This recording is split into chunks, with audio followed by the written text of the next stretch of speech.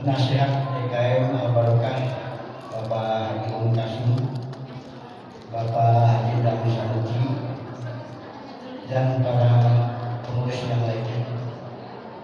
Yang kami hormati para ketua RW 07, Bapak RW 11 dan beserta PRT-nya. Yang kami hormati ibu-ibu ketua Majelis Ta'lim Asyahadah beserta jamaahnya dan ketua Majelis Ta'lim Indonesia beserta jamaahnya serta ketua Majelis Ta'lim Al-Barokah Ibu beserta jamaahnya. Yang kami hormati para jamaah baik bapak-bapak maupun ibu yang sama-sama hadir dalam pengajian ini. Alhamdulillah di luar masih ngantri jamaahnya. Alhamdulillah pada malam hari ini sangat antusias, banyak sekali. Alhamdulillah. Maka silakan masuk. Sebelumnya mari kita panjatkan puji dan syukur kepada Allah Subhanahu wa taala karena atas limpahan rahmat dan karunia-Nya lah alhamdulillah pada malam hari ini di malam Jumat ini, pekan yang keempat malam Jumat, biasa diadakan pengajian gabungan setiap pekan keempat atau pekan kelima setiap bulannya. Salawat dan salam kami limpahkan bagi junjungan Anda Muhammad sallallahu alaihi wasallam kepada keluarganya, para sahabatnya, para tabi'in serta umatnya. Baiklah para jamaah semuanya, baik bapak-bapak maupun ibu-ibu, adapun untuk susunan pengajian pada malam hari ini, yang pertama pembukaan, yang kedua pembacaan ayat suci Al-Quran nanti akan disampaikan oleh muadzin kita setiap malam ya, yaitu Bapak Ustaz Jainullah ya, memperkenalkan kepada ibu-ibu. Mari ibu kenal nih yang suka apa tuh selawatannya, yang suka baca Al-Quran menjelang waktu sholat ya, yang baca tahajud ya di waktu subuh menjelang subuh ya, Bapak Ustaz Jainullah. Yang selanjutnya sambutan dikarenakan Pak Habib Ali Ketua DKM Al-Barokah lagi ada keperluan di Pekalongan, jadi sambutan akan disampaikan oleh penasihat DKM Al-Barokah nanti oleh Bapak Haji Kasum. Dilanjutkan dengan tausiah inti ya dari guru kita bersama ya, kemarin juga Fatih Idul Adha yang beliau ya, yaitu Bapak Ustaz Muhammad Rijal dari Cibinong. Dan untuk selanjutnya ya, doa dan penutup. Marilah kita buka bersama pengajian gabungan setiap pekan keempat di Masjid Al-Barokah supaya lebih berkah sama-sama dengan membacakan surah Al-Fatihah. Bi barakatul Quran Al-Fatihah.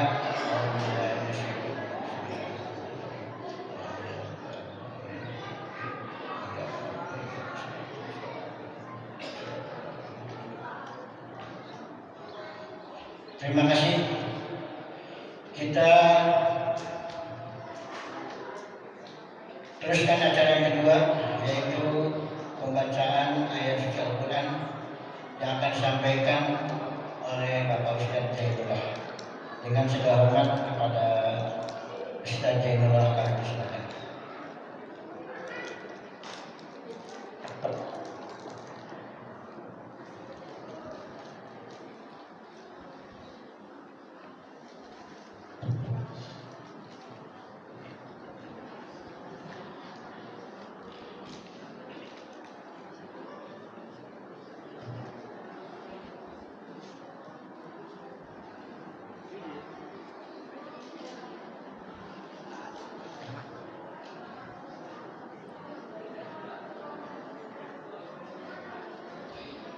Assalamualaikum warahmatullahi wabarakatuh.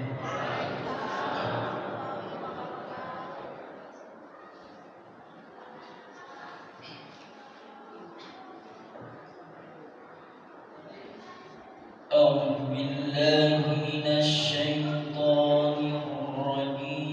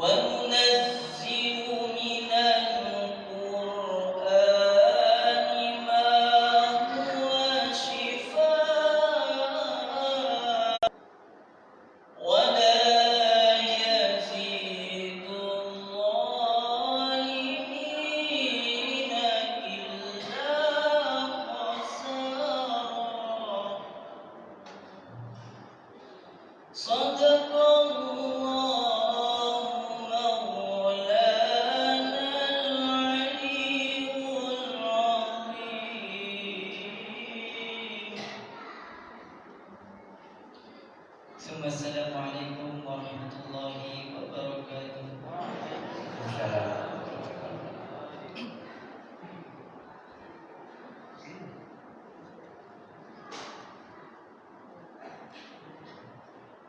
Sallallahu alaihi kami aturkan ucapan terima kasih kepada Bapak Ustaz Jainullah yang ma'adim di Masjid Al-Barakah kita yang telah membacakan ayat suci Al-Quran, dan kepada semua jamaah yang sama-sama hadir mendengarkan lantunan ayat suci Al-Quran tadi.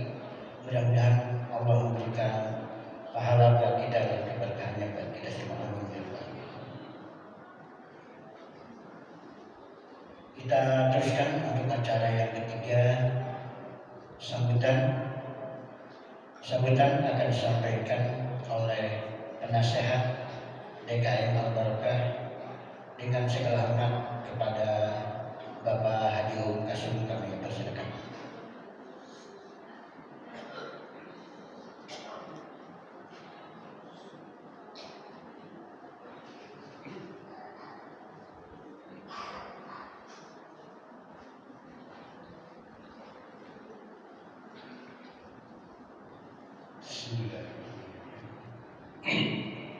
Assalamualaikum warahmatullahi wabarakatuh.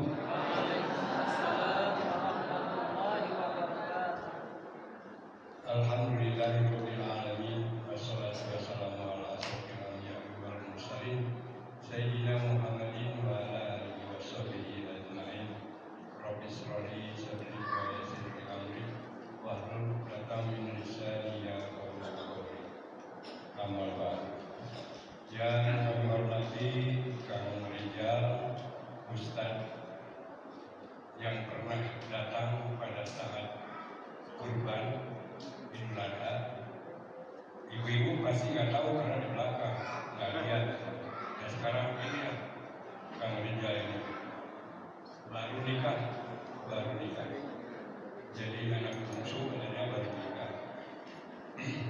Kemudian yang kami hormati penasehat, pembawa acara, kameramen,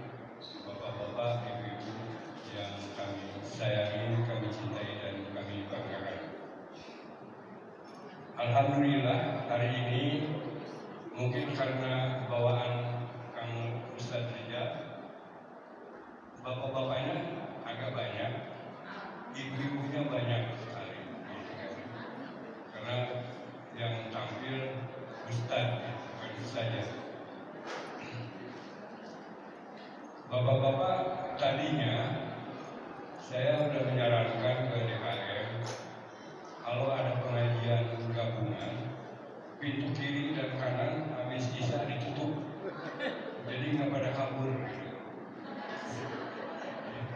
Jadi tinggal di tempat. Nah ini juga salah dari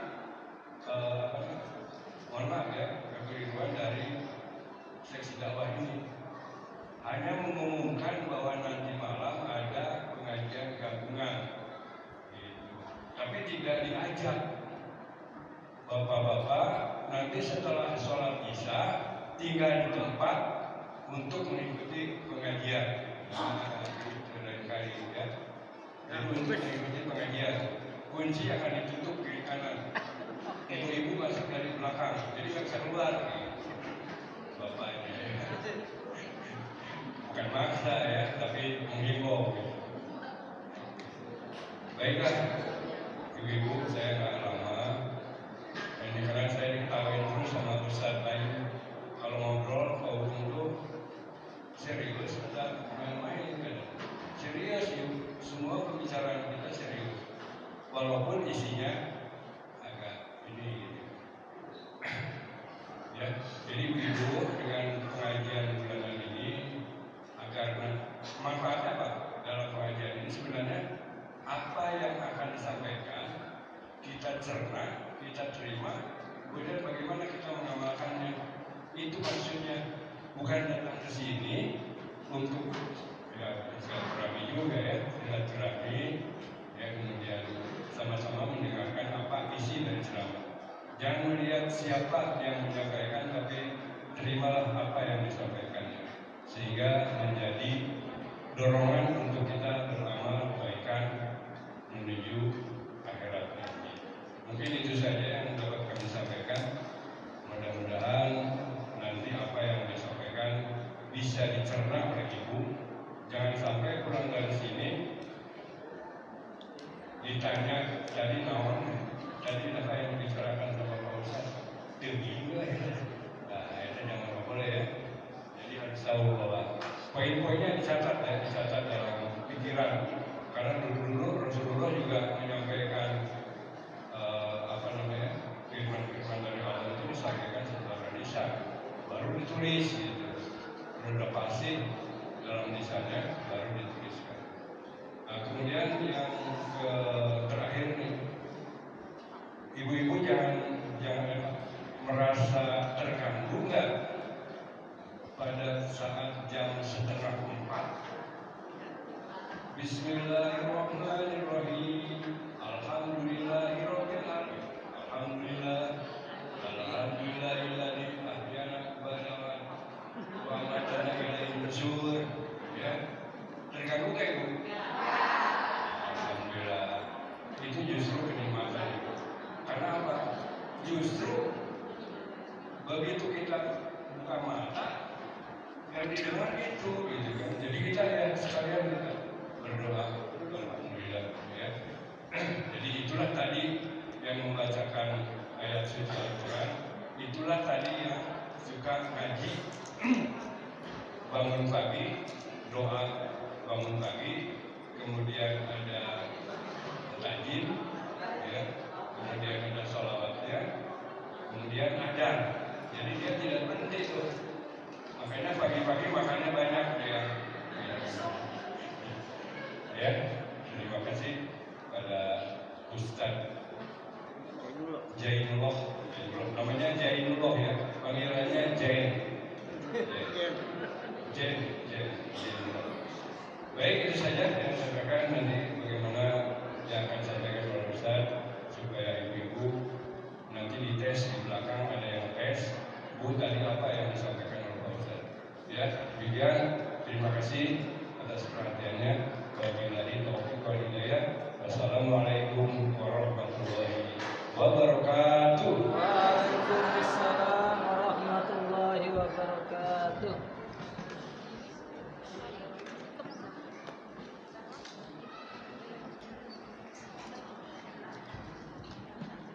Kami aturkan ucapan terima kasih kepada Bapak Habibur Qasim selaku penasehat DKI Barokah yang telah memberikan sambutannya buat kita semua. Untuk acara selanjutnya yaitu tausiah inti sekaligus nanti Pak Ustaz sama doa penutup yang akan disampaikan oleh guru kita Bapak Ustaz Muhammad Rijal.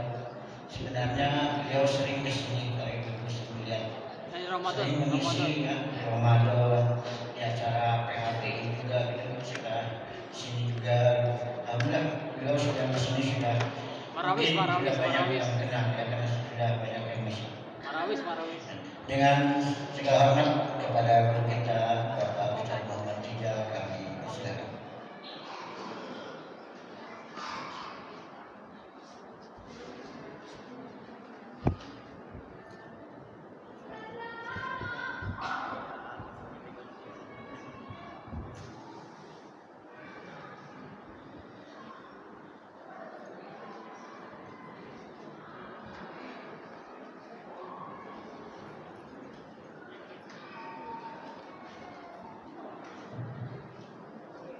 يا رب بالمصطفى بلغ مقاصدنا واغفر لنا والخطايا واسع الكرم يا رب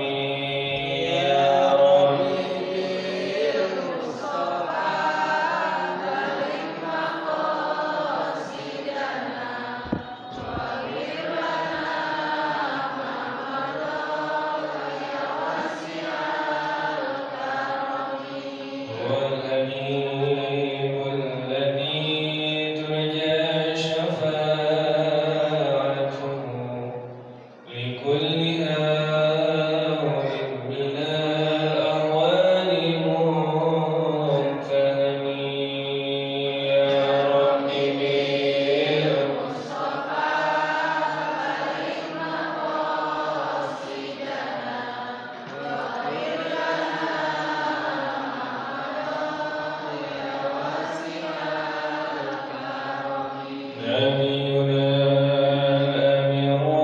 النهي فلا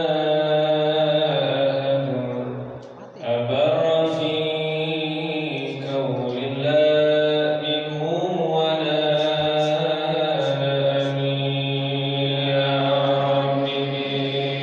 يا رب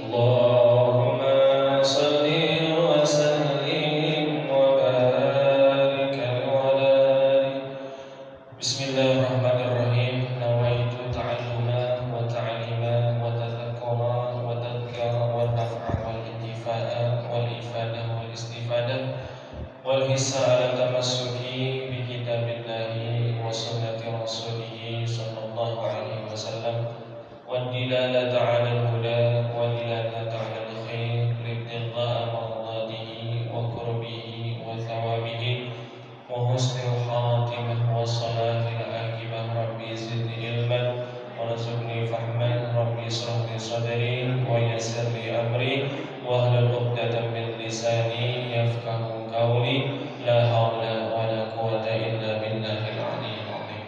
السلام عليكم ورحمة الله وبركاته. Alhamdulillah al-Fattahil Alim alladzi ja'ala Allahu man istafahu min ibadihi lita'allumi wa ta'lim wa ja'ala al-ilma sababan najati wal fawzi indal malikil azim. Asyhadu an la ilaha illallah wahdahu la syarika lah wa asyhadu anna sayyidana wa maulana Muhammadin sallallahu alaihi wasallam wa ala alihi wa sahbihi wa man tabi'ahu wa tabi'ahu bi ihsan ila yaumiddin amma ba'du. Qala Allah Ta'ala fil Qur'anil Karim wa huwa asdaqul qailin a'udzu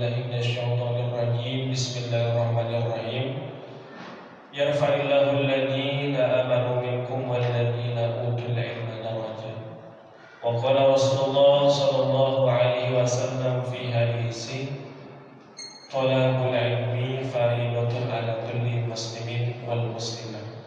Shadaqallahul 'azim wa shadaqa kalamuhun nabiyul habibul karim wa nahnu 'ala dzalika minasyahidin wa syakirin walhamdulillahi rabbil alamin. Pertama-tama yang terhormat dan yang kami hormati kepada seluruh pengurus Masjid Jami'ul Barakah, para tokoh masyarakat, para sepuh bin sepuh, dan tak lupa kepada Bapak Ibu hadirin sekalian yang dimuliakan Allah Subhanahu wa taala.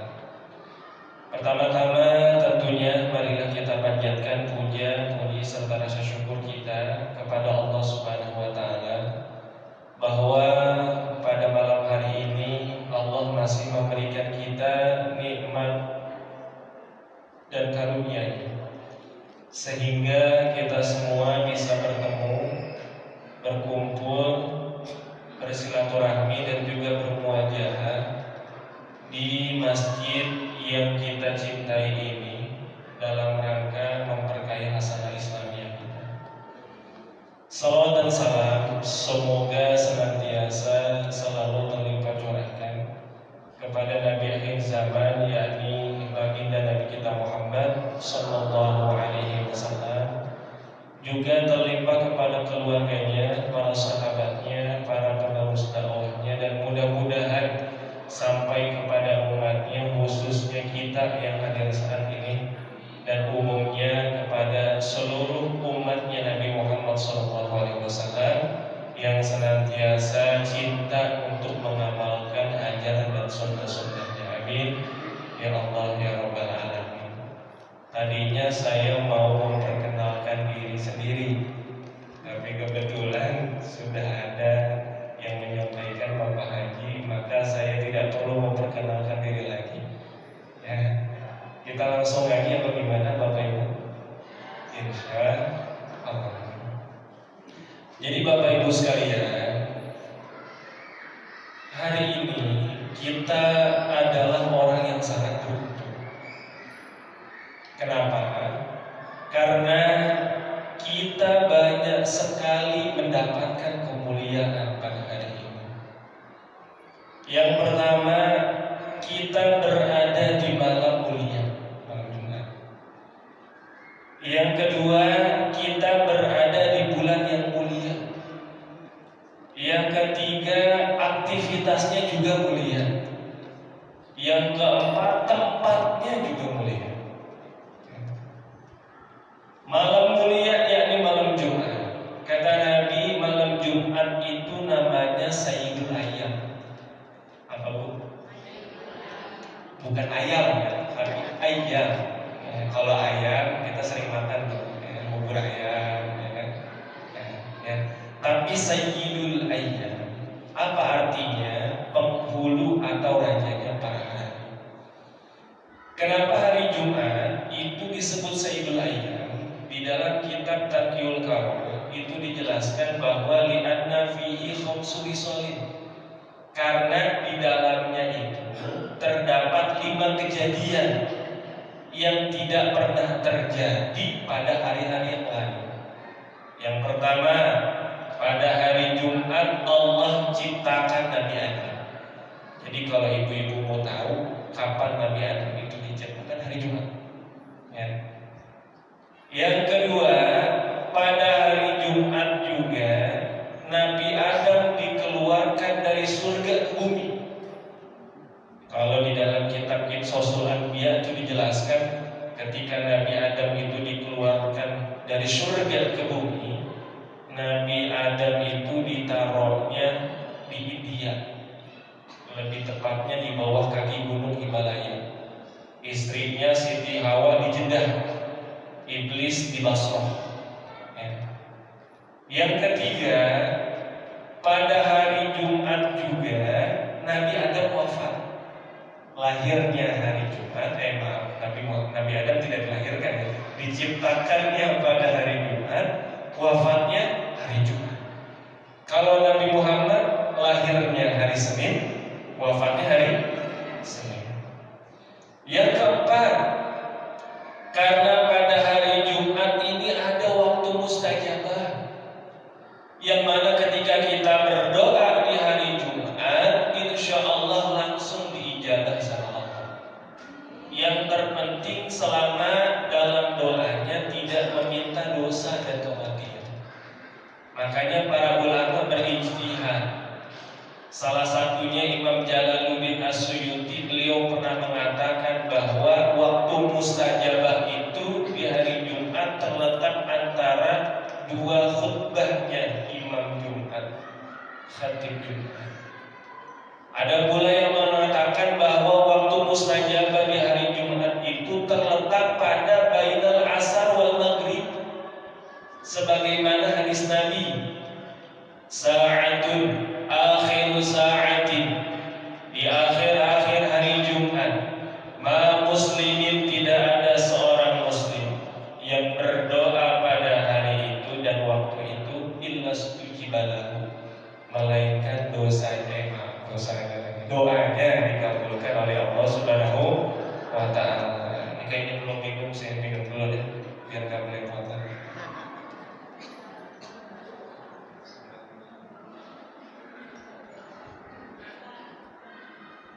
Lanjut ke Bapak Ibu. Lanjut. Tadi sampai yang keberapa? Yang keempat. Yang kelima, karena pada hari Jumatlah terjadinya hari kiamat. Ya. Jadi kalau ibu-ibu mau tahu kapan terjadi hari kiamat, hari Jumat. Sampai-sampai Nabi bilang, ma min malakin muqarrabin wala fis samai wala fil ardi wala fil jabali wala fil bahri illa musyfiqun min yaumil qiyamah. Kata Nabi, tidak ada satu malaikat pun, malaikat muqarrabinkah, malaikat yang ditugaskan menjaga langit, menjaga bumi, menjaga lautan, menjaga gunung, melainkan semuanya takut kalau sudah terjadi yang namanya hari kiamat. Sebab apa? Seluruh makhluk akan wafat pada hari kiamat, entah itu manusia ataupun malaikat. Yang kedua, kita berada di bulan yang mulia, yakni bulan Zulhijjah. Kata Allah dalam Al-Quran, inna iddatash syuhuri indallahi isna asyara syahran fi kitabillah. Sesungguhnya bilangan bulan di sisi Allah itu ada 12 bulan, dari Muharram, Safar, seterusnya sampai Zulhijjah. Maka dari itu saya ingatkan kepada Bapak Ibu sekalian, ajarkan anak-anak kita supaya tahu bulan Zulhijjah, bulan-bulan Hijriyah. Jangan anak-anak kita, generasi kita sampai nggak tahu nama-nama bulan Hijriyah. Kalau dulu saya lagi nyantri, lagi masih kecil dulu, sering diajarin tuh ngapalin nama-nama bulan Hijriyah.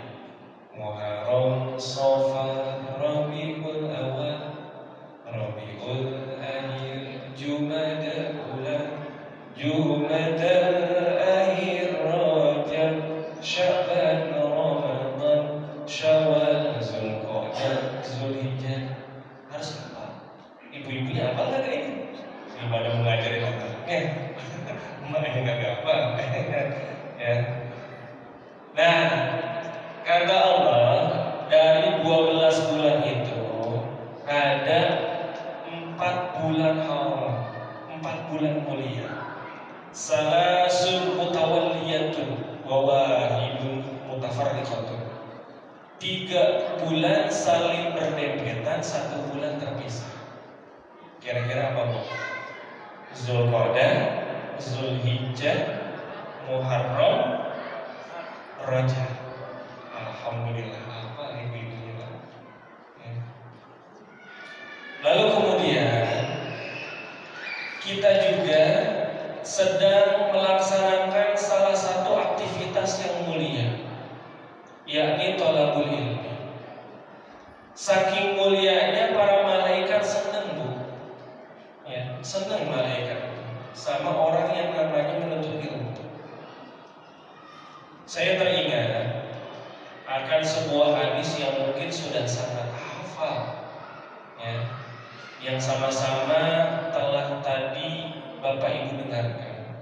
Ya, ini hadis yang diriwayatkan oleh Imam Muslim, di mana Rasulullah SAW pernah bersabda, "Thalabul ilmi fardiyatun ala kulli muslimin wal muslimin." Terjemahnya gimana?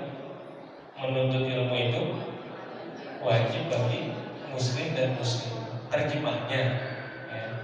Tapi kalau kita belajar bahasa Arab, Bapak Ibu sekalian, bahwa ternyata bahasa Arabnya wajib itu adalah fardhu. Ya, makanya ada istilah sholat fardhu. Ya. Akan tetapi melihat konteks hadis tadi, ada kalimat faridotun. Asalnya fardun, bertambah huruf ya dan huruf ta di dalamnya menjadi faridotun. Menurut ilmu gramatika bahasa Arab, ada sebuah keterangan yang menjelaskan bahwa ziyadatul harfi tadullu ala ziyadatil makna. Bertambahnya huruf dalam suatu kalimat dalam bahasa Arab, maka bertambah pula maknanya. Kalau fardun itu artinya wajib, maka fardhiyatun itu artinya sangat-sangat wajib. Jadi kalau diartikan secara menyeluruh, menuntut ilmu itu sangat-sangat wajib bagi muslim dan muslimah. Artinya, sebelum kita melaksanakan perintah Allah, kita perlu tahu dulu tuh ilmunya. Allah perintahin kita sholat, maka kita harus tahu ilmu tentang sholat. Allah perintahin kita zakat, kita harus tahu ilmu tentang zakat. Apalagi sekarang lagi musim haji, Allah perintahkan kita haji, maka kita perlu tahu ilmu tentang ibadah haji. Sampai di sini mengerti Bapak Ibu sekalian? Ya. Makanya ada kaidah ushul fikih yang menjelaskan al-amru bi syai'i al-amru bi wasailihi. Ketika Allah perintahkan sesuatu, maka secara tidak langsung Allah juga ingin memerintahkan kepada kita mencari wasilah agar perintah Allah itu terlaksana dengan baik. Yang keempat, kita berada di dalam majelis yang sangat mulia, yakni majelis ilmu. Saya punya cerita. Dulu Nabi Muhammad SAW punya sahabat namanya Ibnu Mas'ud. Ibnu Mas'ud ini spesial Bapak Ibu sekalian, karena tingginya cuma 3 dirham. Ukuran bangsa Arab ada yang disebut dengan dirham. Dirham itu tolak ukurnya dari sikut sampai jari kita.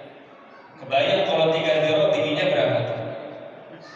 Tingginya spesial, ya. Nah, pernah suatu ketika Ibnu Mas'ud ini dinasehati sama Nabi. Kata Nabi, "Wahai Ibnu Mas'ud, julusuka sa'atan fi majlisil ilmi, la tamassu qalaman wa la taktubu harfan khairun laka min isfi alfi alqabati." Nabi bilang begini, "Wahai Ibnu Mas'ud, duduknya kamu di majelis ilmu, nggak nulis apa-apa, nggak bawa pulpen, nggak bawa buku percis kayak Bapak Ibu sekarang, ya, itu lebih baik," kata Nabi, "daripada membebaskan 1000 budak." Terus Nabi bilang lagi, "Wa nazruka ilal wajhil alim khairun laka min shadaqatin alfa farasin shadaqta fi sabilillah." Kamu memandang wajah orang yang berilmu itu jauh lebih baik daripada sedekah 1000 kuda di jalan Allah Subhanahu wa ta'ala. Kemudian Nabi bilang lagi, "Wa salamuka ilal alim khairun laka min ibadati alfi sanatin." Dan mengucap salamnya kepada orang alim itu jauh lebih baik artinya apa? Artinya hadir majlis ilmu itu penting. Sebab hanya di majlis ilmu lah Allah Subhanahu wa taala menurunkan rahmat dan berkahnya. Bahkan kita tahu warisannya Nabi apa Bapak Ibu sekalian? Ilmu. Jadi sekarang saya lagi bagi-bagi warisan itu, cuman kagak kerasa doang. Karena warisannya Nabi ilmu. Bapak Ibu hadirin sekalian yang dimuliakan Allah Subhanahu wa taala, di hadapan saya ada sebuah kitab namanya Kitab Durratun Nasihin. Di sini saya mengutip beberapa hadis yang nantinya akan saya bahas pada kesempatan kajian malam hari ini. Bapak Ibu sekalian, sejak tadi pagi sampai dengan malam hari ini, tentunya kita tidak pernah terlepas untuk selalu berdoa kepada Allah Subhanahu wa taala.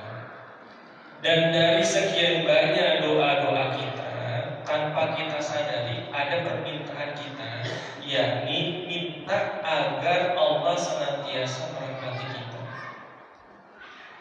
Di dalam kitab Durratun Nasihin ini dijelaskan bahwa ja'alallahu rahmatan mi'ata juz'in. Allah Subhanahu wa taala menciptakan rahmat itu 100. Rahmat apa sih rahmat? Kasih sayang Allah. Ya. Jadi kata Nabi, Allah itu menciptakan rahmat 100. Fa'amsaka indahu tis'ata wa tis'ina rahmatan. Lalu kemudian 99 rahmat Allah genggam di sisi Allah. Artinya apa? Artinya rahmat itu tidak Allah keluarkan dulu. Kapan dikeluarkannya? Nanti di akhirat untuk orang-orang yang beriman. Kalau 100 dikurang 99, sisanya berapa? 1. Nah, kata Nabi, maka satu rahmat inilah yang Allah turunkan ke muka bumi. Famil dzalika tatarhamul khalaiq. Dan dengan satu rahmat inilah seluruh makhluk saling sayang menyayangi, cinta mencintai. Seorang ibu sayang sama anaknya, seorang suami sayang sama istrinya, seorang guru sayang sama muridnya. Ya. Itu bisa terjadi karena rahmat Allah. Bahkan tidak hanya rahmat itu diberikan kepada manusia saja, hewan saja mendapatkan rahmat Allah. Kita lihat harimau yang begitu buasnya saja gak tega tuh makan anaknya. Betul ya? Seekor gajah gak tega nginjak anaknya. Seekor ayam gak tega makan telurnya. Itu semua terjadi karena rahmat Allah yang telah diberikan kepada seluruh makhluk. Ada satu kisah di dalam kitab ini dijelaskan bahwa ada seorang hamba yang diberikan umur sampai 500 tahun. Berapa? 500 tahun. Hamba tersebut menggunakan waktu umurnya selama 500 tahun untuk ibadah hanya. Di mana ibadahnya? Di atas gunung. Terus makannya bagaimana? Makannya dari buah-buahan yang ada di gunung tersebut. Sampai suatu ketika dia berdoa kepada Allah, ya Allah, jikalau Engkau ingin mencabut nyawaku, maka cabutlah aku dalam keadaan bersujud. Maka dikabulkan sama Allah Subhanahu wa taala. Wafat dalam keadaan sujud. Di akhirat di sini dijelaskan Allah Subhanahu wa taala ya mengatakan kepada hamba tersebut, wahai hambaku, masuklah engkau ke dalam surgaku karena rahmatku. Ini hamba yang udah 500 tahun ibadah protes. Ya Allah, saya 500 tahun ibadah, masa iya masuk surga karena rahmatku bukan karena amal ibadahku?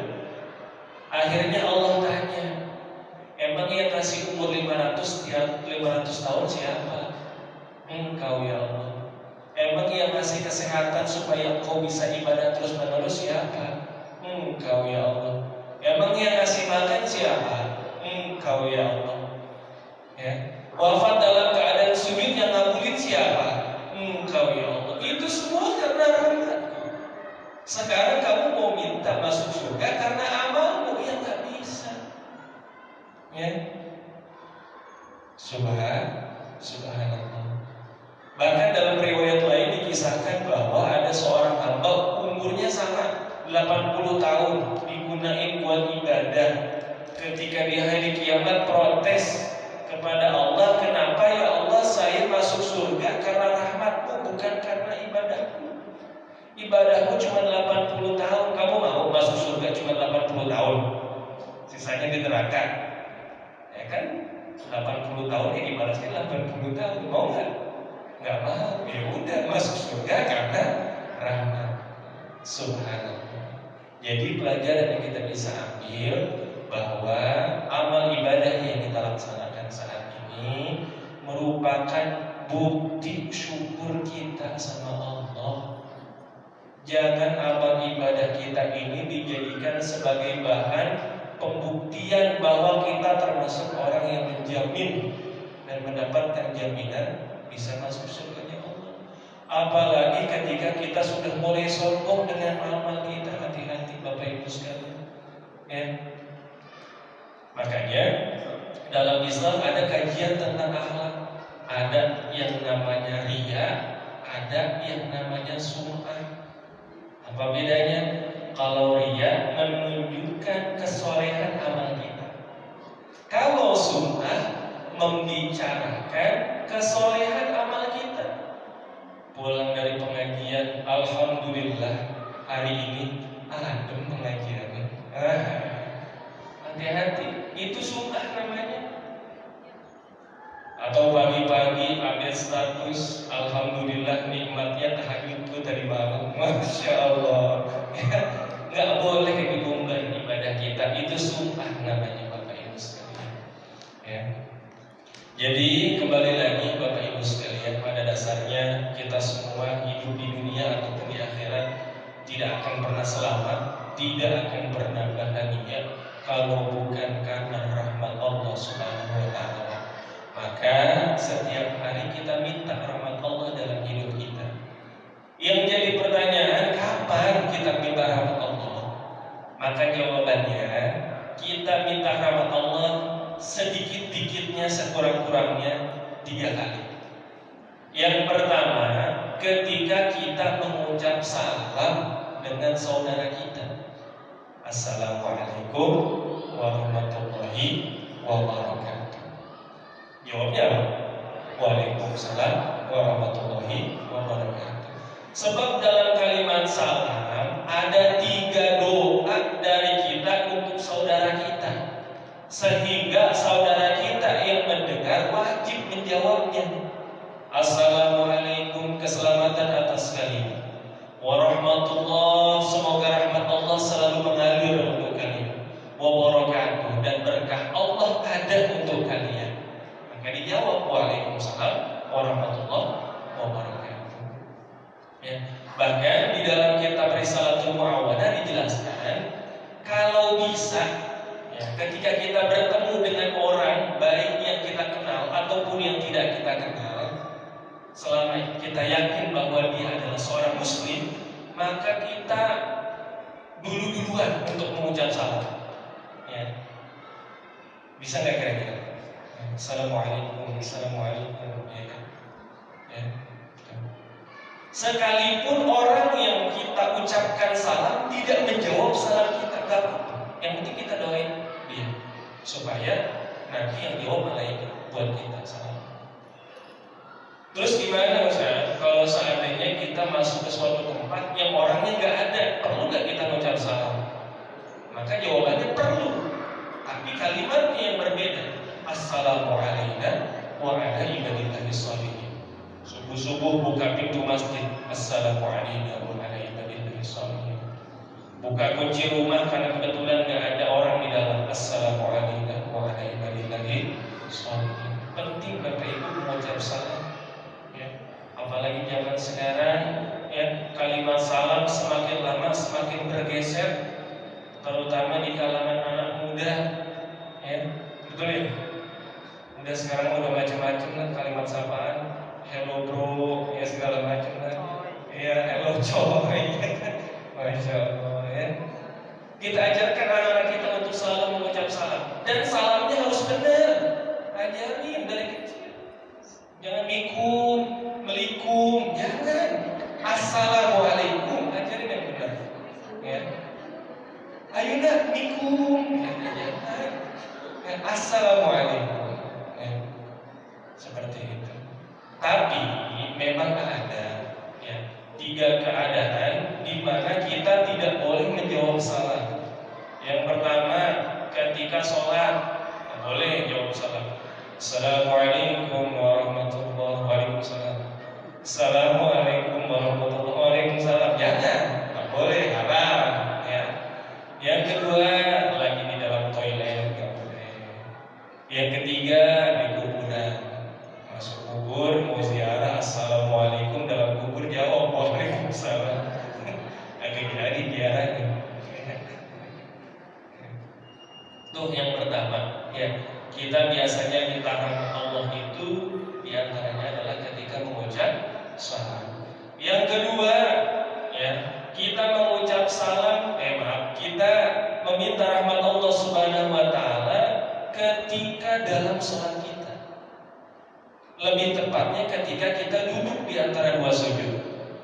Rabbi firli warhamni wajburni warfa'ni warzuqni wahdini wa'afini wa'afani. Rabbi firli, ampunilah aku ya Allah. Warhamni, berilah rahmat untukku. Warfa'ni, angkat derajatku ya Allah. Wajburni, tutup aib-aibku ya Allah. Wahdini, berilah petunjuk dalam hidupku ya Allah. Wa'afini wa'afani, maafkan aku ya Allah. Jadi kita minta rahmat Allah ketika kita sholat. Makanya kita harus banyak-banyak mengerjakan sholat, entah itu sifatnya wajib ataupun sholat yang sifatnya sunnah, agar kita banyak-banyak minta rahmat Allah.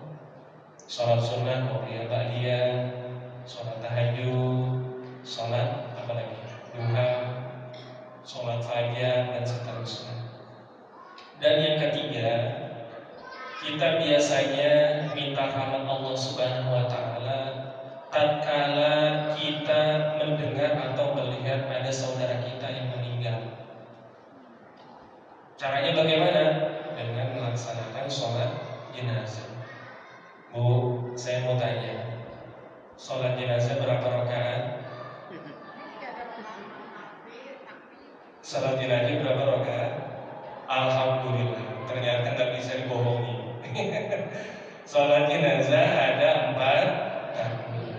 Takbir pertama baca apa? Suratul Fatihah. Takbir kedua membaca shalawat Ibrahimiyah. Tahu shalawat Ibrahimiyah? Allahumma sholli ala Sayyidina Muhammad wa ala ali Sayyidina Muhammad kama shallaita ala Sayyidina Ibrahim wa ala ali Sayyidina Ibrahim wa barik ala Sayyidina Muhammad wa ala ali Sayyidina Muhammad kama barakta ala Sayyidina Ibrahim wa ala ali Sayyidina Ibrahim fil alamin innaka Hamidum. Itu namanya shalawat Ibrahim. Yang takbir ketiga kita doain itu si mayit. Allahumma ighfir lahu warhamhu wa'afihi wa'fu anhu. Ya Allah, ampunilah dosanya, berilah rahmat untuknya, maafkanlah dia. Jadi kurang lebih kita itu biasanya meminta rahmat Allah sekurang-kurangnya dalam 3 keadaan itu tadi. Nah, Bapak Ibu sekalian, di sini ada sebuah hadis pula di mana Rasulullah SAW pernah bersabda, la yadkhulu ahadan minkum amalahul jannah wa la yujiruhu minan nar wa la ana adkhulul jannah bi'amali illa bi rahmatin minallah.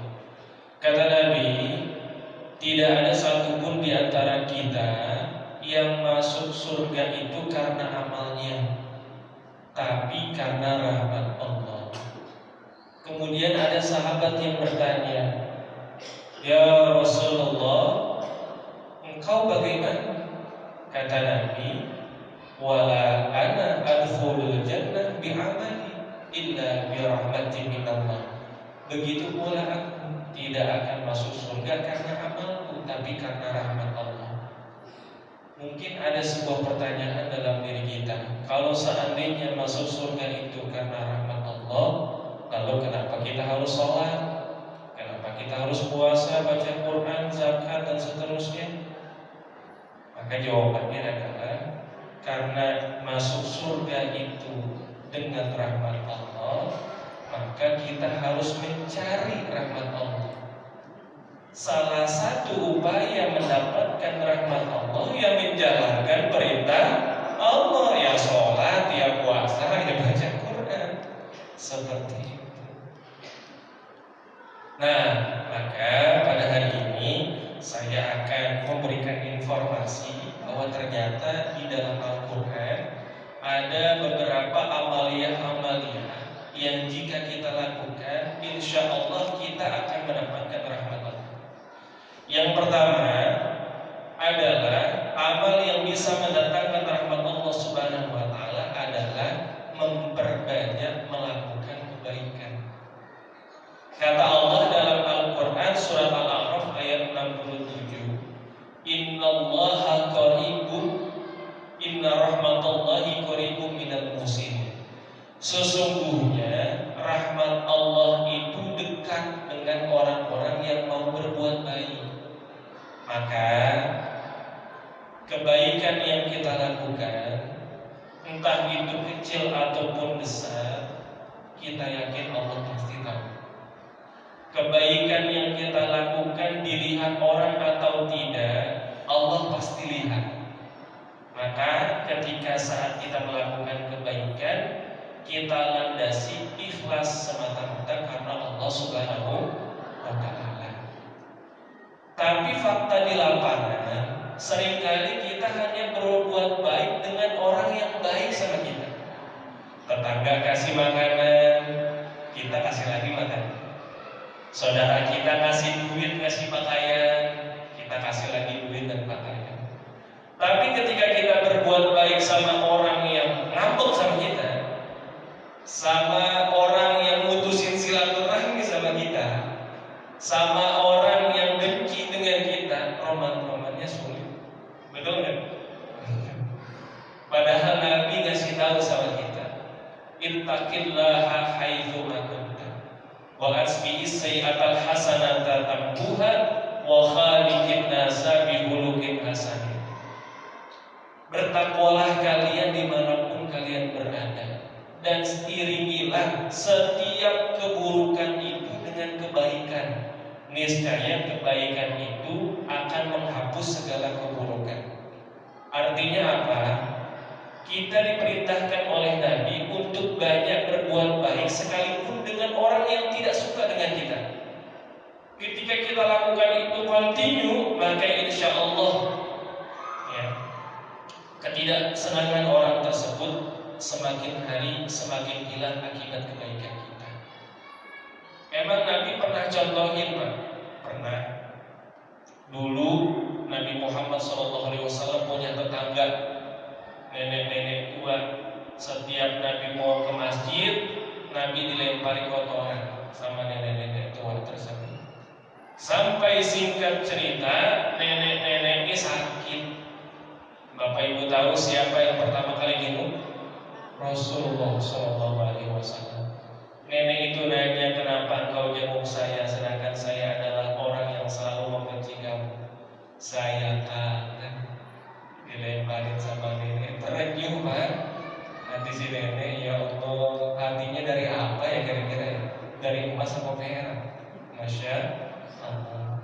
Ada lagi kisah di akhir-akhir masa hidup beliau. Ada seorang kakek tua buta di pojok pasar Madinah, caci maki Nabi. Padahal gak pernah lihat Nabi, tapi suka caci maki Nabi. Nabi dengar, Nabi datangin tuh kakek tua buta. Apa yang Nabi lakukan? Ngasih makan tiap hari. sambil dikasih makan, sambil kakek tua tuh cerita, wahai sahabatku, kamu mau tahu nggak? Ada namanya Muhammad pembohong. Sambil senyum aja Nabi nyuapin. Padahal orang yang diomongin lagi kasih. Masya. Sampai akhirnya Nabi wafat, digantikan oleh Abu Bakar. Abu Bakar pada saat itu cerita sama orang buta tadi bahwa sahabatku yang selama ini ngasih makan udah wafat. Kamu tahu namanya siapa? Gak tahu. Namanya Nabi Muhammad SAW. Subhanallah. Udah bisa kita kayak Nabi? Belum. Tapi harus mau dia. Itu yang pertama. Ya, kita dianjurkan oleh Allah Subhanahu Wa Taala jika ingin mendapatkan rahmat Allah, banyak-banyak melakukan kebaikan. Bahkan salah satu ulama Indonesia yang bernama Ki Haji Maimun Zubair, beliau pernah mengatakan kalau ada semut di gelas kita, ada semut di jatuh di gelas kita, selamatin pakai jari kita, ya, supaya semut itu tetap hidup. Itu pun termasuk daripada kebaikan dan bisa mengundang rahmat Allah Subhanahu Wa Taala. Tapi kan beda, lihat semut yang kita matiin, ya dimatiin, kita dibiarin hidup. Ya, masya Allah. Itu yang pertama. Yang kedua, ya, amaliyah yang mendatangkan rahmat Allah Subhanahu Wa Taala adalah sabar. Sabar. Kita yakin seluruh problematika hidup kita saat ini semuanya sudah ditakar, semuanya sudah diberikan kadar oleh Allah Subhanahu Wa Taala. Tinggal kita sabar aja. Mungkin hari ini ada yang diuji dengan ekonominya, ada yang diuji dengan pekerjaannya, ada yang diuji dengan keturunannya, ada juga yang diuji dengan usahanya. Maka kata Allah sabar. Ketika kita sabar, insya Allah kita akan mendapatkan rahmat Allah. Perlu dicatat Bapak Ibu sekalian bahwa sabar itu bukan diam, sabar itu bukan pesimis, apalagi skeptis. Tapi sabar itu adalah ketika kita ikhlas redha atas ketentuan Allah, diiringi dengan ikhtiar kita mencari solusi terhadap permasalahan tersebut. Yang ketiga, ya, amaliyah yang bisa mendatangkan rahmat Allah Subhanahu Wa Taala adalah membaca Al-Quran. Allah bilang dalam Al-Quran, ya ayyuhalladzina amanu idza quri'al Quran fastami'u lahu la'allakum turhamun. Wahai orang-orang yang beriman, apabila dibacakan ayat suci Al-Quran, maka dengarkanlah. Semoga engkau mendapatkan rahmat. Tadi Ustaz siapa namanya? Zainullah baca Quran, kita dengerin. Mudah-mudahan kita dapat rahmat Allah. Itu baru dengerin. Gimana kalau kita baca? Bagaimana kalau kita hafal? Apalagi kita amalkan Al-Quran dalam kehidupan kita. Kita lihat Bapak Ibu sekalian, bahwa segala sesuatu yang melekat dengan Al-Quran pasti mulia. Bulan Ramadan, bulan yang diturunkannya Al-Quran, bulan Ramadan bulan mulia. Malaikat Jibril, malaikat yang ditugaskan membawa wahyu Al-Quran, jadi malaikat yang mulia. Betul? Nabi Muhammad satu-satunya Nabi dan Rasul yang mendapatkan wahyu Al-Quran. Nabi Muhammad menjadi Nabi yang mulia. Maka kita jika ingin hidupnya mulia dan selalu mendapatkan rahmat Allah, jangan pernah lepas dari Al-Quran. Minimal kita baca tiap hari selembar. Ustaz nggak sanggup selembar mah, ya 5 ayat doang nggak apa-apa. Bismillahirrahmanirrahim. Alhamdulillahirabbil alamin. Ar-Rahmanir Rahim. Maliki yaumiddin. Iyyaka na'budu wa iyyaka nasta'in.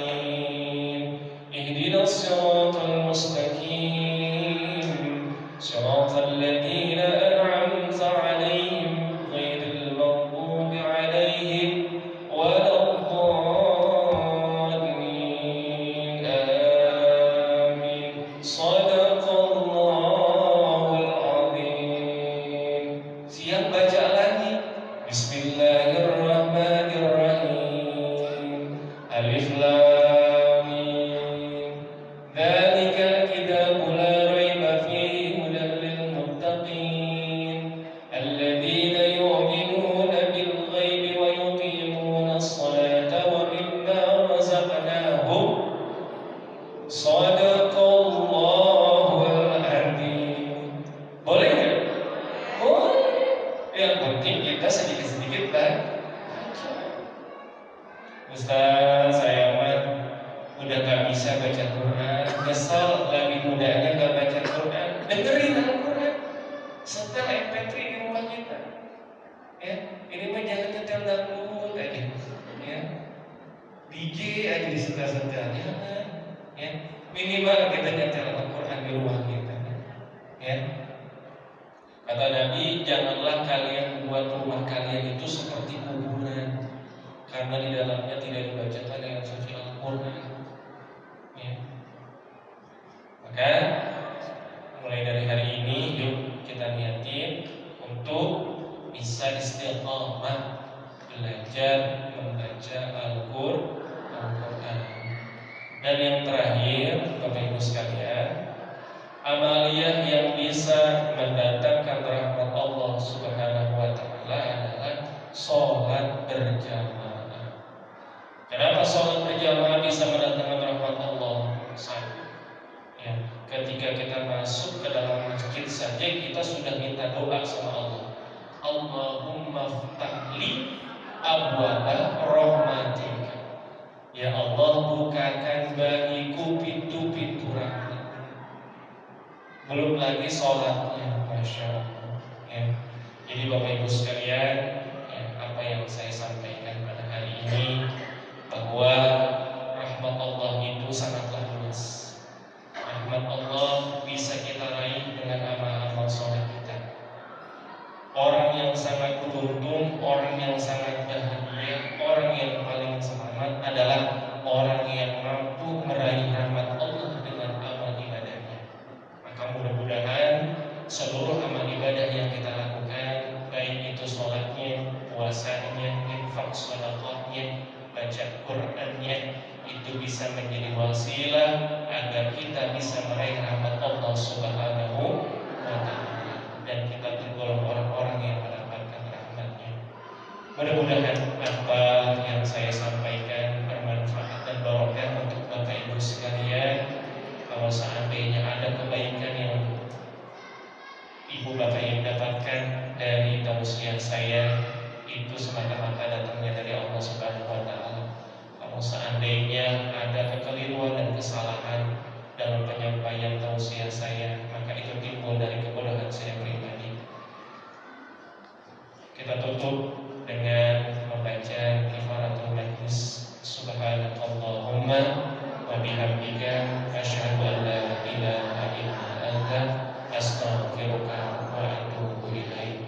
Assalamualaikum warahmatullahi wabarakatuh.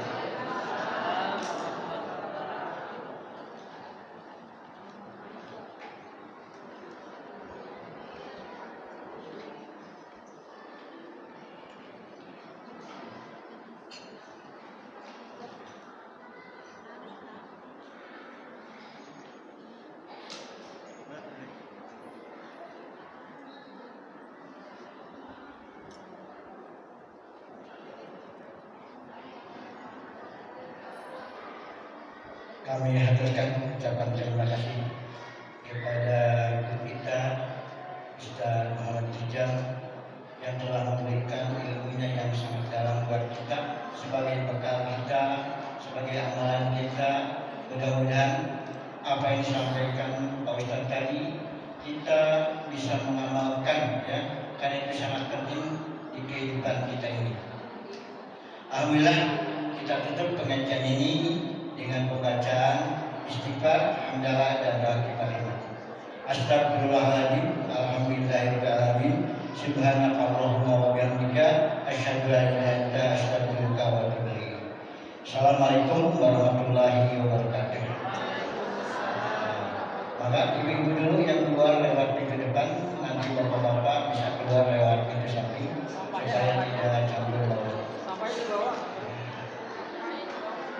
Tertib ya Ibu ya.